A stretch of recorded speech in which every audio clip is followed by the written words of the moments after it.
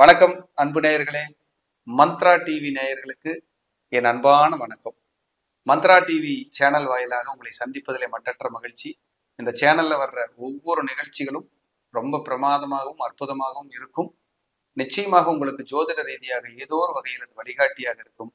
தொடர்ந்து பாருங்க, ஆதரவு கொடுங்க, தொடர்ந்து சப்போர்ட் பண்ணுங்க. இன்னைக்கு பார்க்க இருக்கிற தலைப்பு, உங்கள் ஜாதகத்தில் சனி தசா என்ன செய்யும்? சனி கொடுத்தா எவர் தடுப்பார்? சனீஸ்வரன் அப்படின்னாலே நமக்கு ஒரு பெரிய பயம் இருக்கும் மனசுக்குள்ள. ஐயோ, 7.5 வந்துருச்சுப்பா, இனி அவ்வளவுதான், இயங்கவே முடியாது, போச்சு, ஐயோ என்ன பண்ண போறோன்னு தெரியலையே. உண்மைதான், அப்படி வரும்போதெல்லாம் கஷ்டம் இருக்கதான் செய்யும். 7.5 வந்து கஷ்டப்படாம நான் வந்தேன்னு சொல்லாத ஆளுங்களே இல்லை. கஷ்டப்பட்டு தான் எல்லாம் வரணும். 7.5ங்கிறது வர்றதே அதுக்கு தான். அதை சிகப்பு கம்பளம் போட்டு வரவேற்கணும். அப்படி என்ன காரணம் அப்படின்னா, அது இருந்தா தான் நம்ம உறவுகள்னா யாரு, நண்பர்கள்னா யாரு, உலகம்னா என்ன, நம்ம எப்படி வாழணுங்கிற சிந்தனையை அந்த சனீஸ்வரன் தான் சாட்சாத் கொடுப்பார். சனி திசைய நிறைய பேர் தப்பா புரிஞ்சுக்கிட்டு இருக்காங்க. 7.5 சனியே சனி திசைன்னு சொல்லுவாங்க. சனி தசானா என்ன அர்த்தம்னா, நமக்கு எப்படி குரு திசை வருது, ராகு திசை வருதோ அது மாதிரி சனி திசை.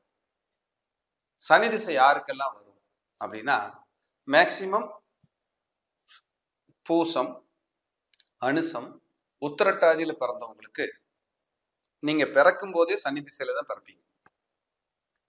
பிறக்கும் போதே சனி திசை. புனர்பூசம், விசாகம், பூரட்டாதியில பிறந்தீங்கன்னா உங்களுக்கு அடுத்ததா சனி திசை வரும். நீங்க பிறக்கும்போது குரு திசையில பிறப்பீங்க, அதுக்கப்புறம் சனி திசை வரும். யாராவது ராகு நட்சத்திரமான திருவாதிரை, சுவாதி, அதே போல உத்திரட்டாதியில பிறந்திருந்தீங்கன்னா உங்க மிடில் ஏஜ்ல சனி திசை வரும். உங்களுடைய மிடில் ஏஜ்ல சனி திசை வரும். யாராவது மிருகசீரிடம், சித்திரை, அவிட்டத்துல பிறந்திருந்தீங்கன்னா உங்களுக்கு 4ஆம் திசையா சனி திசை வரும்.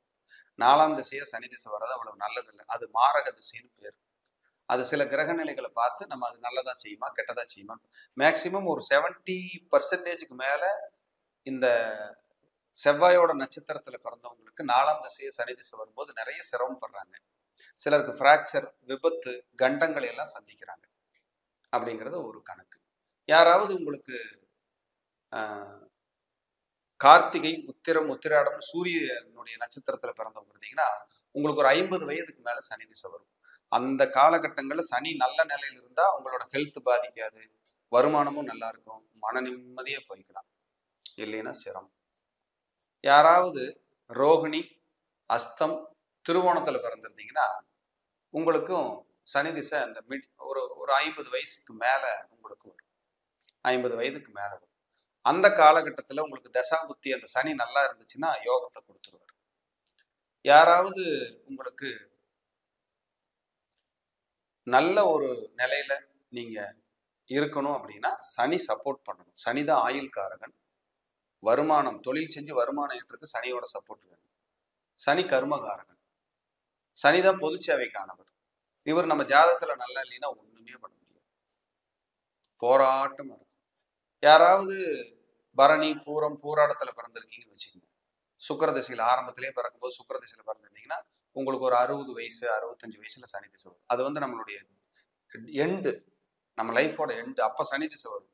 அப்ப சனி நல்லா இல்லைனாலும் என்ன ஆகும்? போராட்டமா கடைசி காலத்துல ஏண்டா வாழ்ந்தோன்னு இருக்கும். அப்ப சனி நல்ல நிலைமையில இருந்தா அவர் கொடுத்தாருன்னா யாரும் தடுக்க முடியாது. சனி உங்க லக்னப்படி 3, 6, 10, 11ங்கிற உபஜயஸ்தானத்துல இருக்கிறது யோகம். இது ஜெனரல் கான்செப்ட். எந்தெந்த லக்னங்களுக்கெல்லாம் சனி யோகத்தை செய்வார் அப்படின்னா, முதல் தர யோகத்தை சனி செய்யறது துலா லக்னத்துக்கு தான்.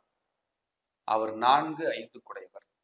அந்த சனி நல்ல நிலைமையில் இருந்ததுன்னா இந்த துலா லக்ன அன்பர்களுக்கு வாழ்க்கையில ஒரு வளர்ச்சி கட்டாயம் கொடுத்துருவார். ரொம்ப நல்லா இருக்கும். அடுத்தது மகர லக்ன அன்பர்களுக்கு சனி நல்ல நிலைமையில் இருந்தாருன்னா பொருளாதாரம், தொழில், தன்னிறைவு எல்லாத்தையும் கொடுப்பார்.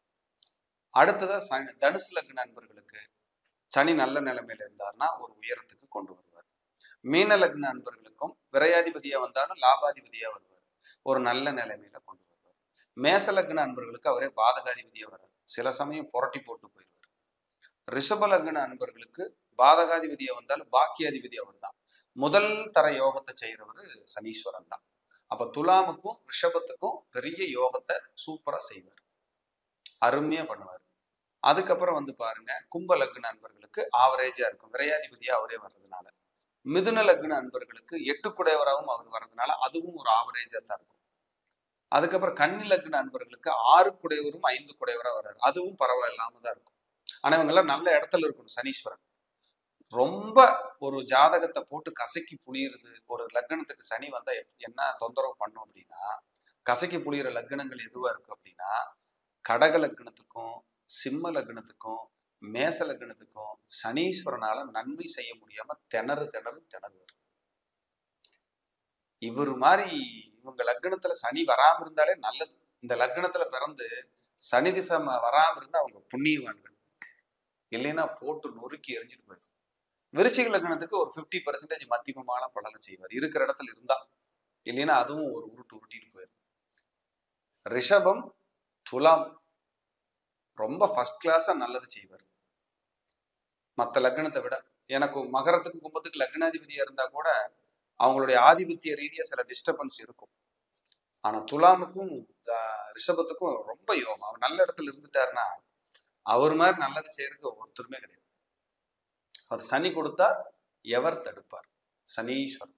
பொதுவா சனி சுக்கிரனோட சேர்றது நல்லது, குரு கூட சேர்றதும் 75% நல்லது. மத்த செவ்வாயோட, ராகுவோட, கேதுவோட இதெல்லாம் சேர்றது வந்து நம்ம ஏதாவது பாவம் பண்ணியிருந்தா தான் அப்படி வரும், இல்லைன்னா அது வராது. பாருங்க, இந்த சனி வந்து கேது கூட சேர்ந்தாலும் 97ல பிறந்தவங்களுக்கு கேது கூட இருக்கும், அவங்க லைஃப் எல்லாம் பாத்தீங்கன்னா அப்படி புரட்டி போடும். பெண்களுக்கு அப்படித்தான். 97ல பிறந்த பெண்கள்னா அநேக 80% பேர் பிரச்சனையோட தான் இருக்காங்க. சனி கேது இருக்கும் அவங்களுக்கு. சில பெண்களுக்கு சனி கேது செவ்வாறாக சேர்ந்து இருக்கும். அந்த 97ல பிறந்தவங்க அவங்க மன வாழ்க்கையெல்லாம் எனக்கு 2 கல்யாணம் முடிஞ்சது, 3 கல்யாணம் முடிஞ்சது, ஒன்றும் நிம்மதியே இல்லைங்க. அப்ப சனி இருக்க வேண்டிய இடத்துல நம்ம ஜாதத்துல இருக்கணும். இருந்தா வளர்ச்சி, இல்லைன்னா வீழ்ச்சி தான். ஆனா இருக்க வேண்டிய இடத்துல இருந்துச்சுன்னா சனி கொடுத்தார், எவர் தடுப்பார்?